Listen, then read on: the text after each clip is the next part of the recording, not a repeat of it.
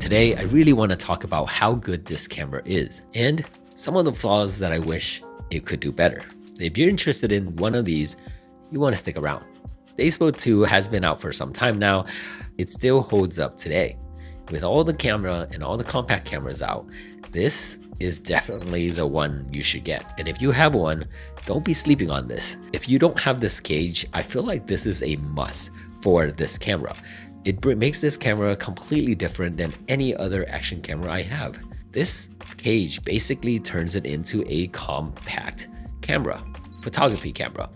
Shooting on this cage and how this whole thing is set up has been such a pleasure. It has a shutter button, it has a dial in the back, it's a touch screen, and it looks like a compact camera. Every time I hold this around, people are always asking me, what camera is that? When I tell them it's an action camera, they're more shocked than anything.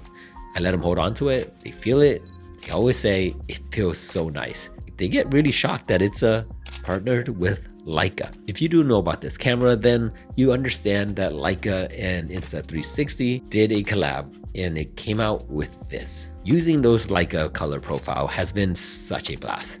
It makes my workflow a lot easier. I take a photo with the Leica profile, any of those profile I like, and that's all I need. I don't have to edit any more than I need to. If I ever did edit, it would just be removing dust, removing things that I don't want in the frame, or cropping the frame or things like that, but I don't ever need to color grade it anymore. The Leica profile is just perfect.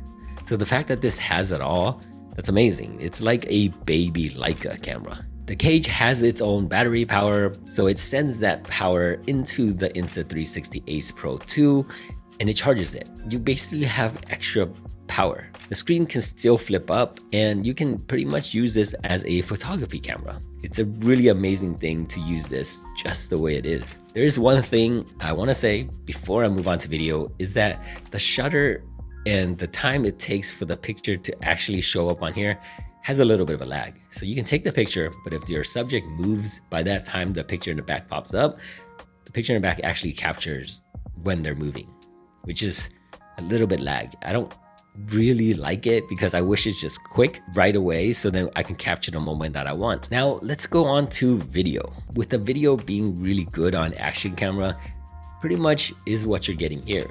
Amazing stabilization, shoots in 4K, shoots in 6K. You basically can still use the Leica profile or you can use log. Personally, I like to use log because when I color grade it and I drop on a LUT, it just looks so much better that way than to use the Leica profile color.